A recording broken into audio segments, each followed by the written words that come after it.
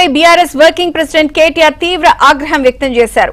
కాంగ్రెస్ పాలనలో తెలంగాణ పరిస్థితి చాలా దారుణంగా దిగజారిపోయిందని ఆరోపించారు. హైదరాబాద్ లో కాంగ్రెస్ ఒక్క ఇల్లైనా కట్టించిందా అంటూ ఆయన ప్రశ్నించారు. తాము మళ్లీ అధికారంలోకి వచ్చాక హైదరాబాద్ లో 24 గంటలు తాగునీరు అందిస్తామని కేటీఆర్ హామీ ఇచ్చారు. కొత్తగా కేసీఆర్ గారి ప్రభుత్వం వచ్చినాక, మన రాష్ట్రం వచ్చినాక పేద ప్రజల ఆరోగ్యం కోసం బ్రహ్మాండంగా మనం ఆనాడు కష్టపడి టిమ్స్ హాస్పిటల్ కడితే ఇక ముఖ్యమంత్రి గారు పోయి రిబ్బన్లు కట్ చేస్తా ఉన్నాడు. ఆయన జేబులో కత్తెర పెట్టుకొని తిరుగుతా ఉన్నాడు. ముఖ్యమంత్రి గారు పాపం జేబులో కత్తెర పెట్టుకొని తిరుగుతున్నాడంటే జేబు దొంగ అనుకునేరు. ఆయన జేబు దొంగ కాదు, గజ దొంగ. జేబు దొంగలు పాపం చిన్న చిన్న దొంగతనాలు చేస్తారు.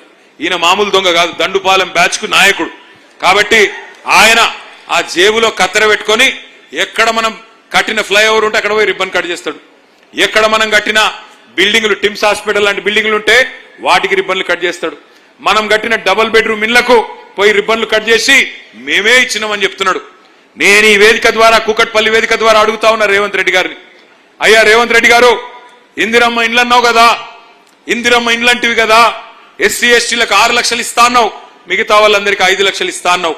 హైదరాబాద్ మహానగరంలో ఒక్క ఇందిరమ్మ ఇల్లు నువ్వు కట్టినట్టు చూపెడితే, ఒక్క ఇందిరమ్మ ఇల్లు నువ్వు కట్టినట్టు చూపెడితే నేను శాశ్వతంగా రాజకీయ సన్యాసం తీసుకుంటా, దమ్ముందా రుజువు చేయని చెప్పి నేను వారిని ఇవాళ సవాల్ చేస్తా ఉన్నా.